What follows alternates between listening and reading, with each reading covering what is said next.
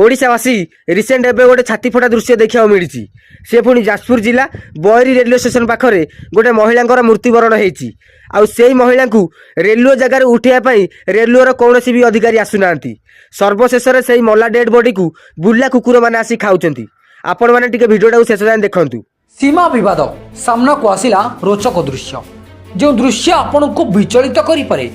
दर्शक बंधु पूरा घटनाटी होछि जाजपुर जिलार बयरी थाना अंतर्गत कपासटिक्री रेलवे फाटक निकट में ट्रेन लाइन कड़े पड़ा एक महिला मृतदेह को कुकुरा खाऊछि। यार कारण जानिले आपण आज आश्चर्य होइजिबे।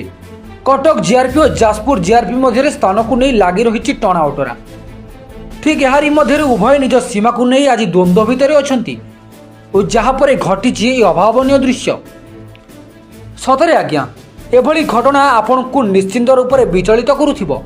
देखिले तो ओडिशावासी गोटे मृतदेह को सेपटे बुला कुकुर मैंने खाइबार लगी आउपटे जाजपुर आ कटक मध्य जो जीआरपी अच्छी से बद बढ़िबार लगी। आम रेल मंत्री से गोटे जगह बसिक सब जाक तमाशा देखिबार लगी।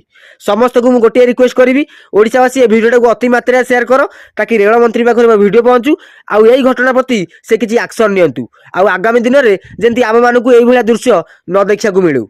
रही ओडिशावासी जय जगन्नाथ जय श्रीराम।